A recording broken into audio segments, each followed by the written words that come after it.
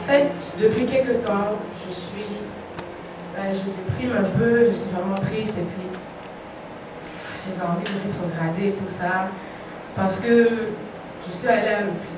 J'avais besoin d'aller à l'hôpital parce que j'avais mal à l'œil et dans ma condition, ça peut être fatal. Je peux perdre mon œil si je ne fais pas ce qu'il faut à temps. Et hier, quand je suis allée à l'hôpital, celui qui s'occupe de moi, parce que j'ai aussi la tuberculose, en fait, il m'a dit que il ne peut rien faire pour moi, qu'il faut que je consulte, sinon je vais perdre mon œil. Et là, hier, je suis rentrée, je désespérais, je pleurais, j'étais vraiment mal. J'ai dit, mais j'ai pas d'argent pour aller à l'hôpital, je vais faire comment? J'ai pas d'assurance, je dois tant à l'hôpital, je peux pas, je déprimais et tout. Et je rends grâce à Dieu parce que je suis pas seule, je vis pas seule. Et les filles m'ont réconfortée à la maison. Et j'ai dit, ok, ben, j'avais rendez-vous aujourd'hui à l'hôpital pour voir l'ophtalmologue. Et j'ai dit, Seigneur, je vais y aller, peu importe. Je vais y aller de toute façon, avec l'argent que j'ai, je vais payer ce que je peux et ce que je peux pas, tant pis. Donc là, je suis allée et l'hôpital a dit qu'ils vont me facturer. Je vais recevoir ça à la maison. Là, je vais voir le médecin, l'ophtalmologue, et je lui explique ma situation. Et elle regarde mon œil. Elle me dit que là, au niveau où c'est arrivé, si je ne prends pas soin, que je ne fais pas ce qu'il faut, je vais perdre mon œil, effectivement. Et tout et tout. Et puis là, elle me dit que je n'ai pas besoin de payer pour la consultation pour elle. Et j'ai eu tous les médicaments qu'il me fallait gratuits. Je suis sortie de là sans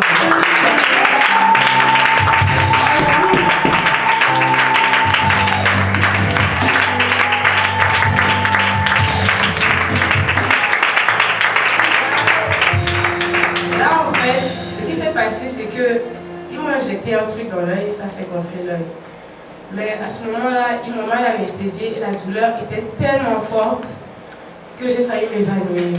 C'était vraiment fort, j'ai failli perdre connaissance et tout. Et là, pendant que je sentais cette douleur, je dis, le Seigneur Jésus a eu plus mal que ça quand il était à la croix pour nous. Si c'est ça, je vais rester. Peu importe ce qui va se passer, je vais rester.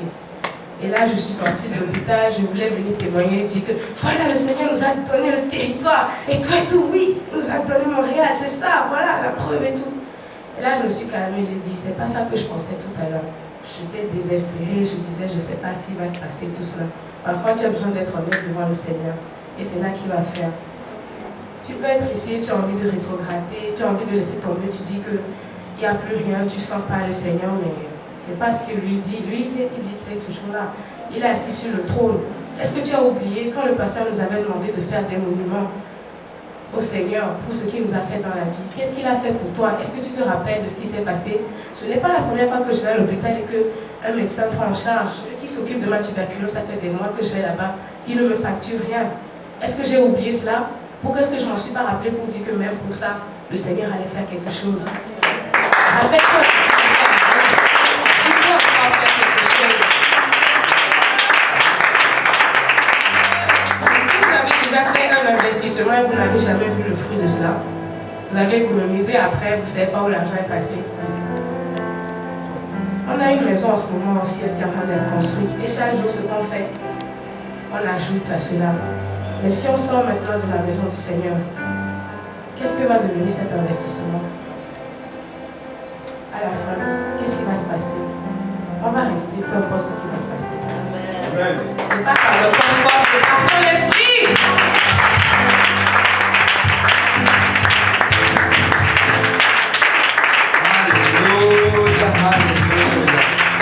Mon Dieu ne m'a jamais failli.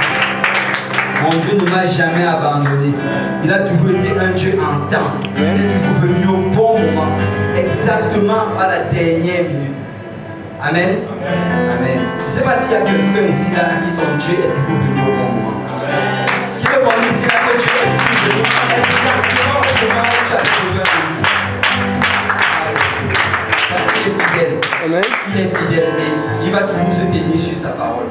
Il a dit, je ne vous abandonnerai jamais. Je ne vous délaisserai point. Alors il ne va jamais vous abandonner. Il ne va jamais vous laisser. Amen. Amen. Amen.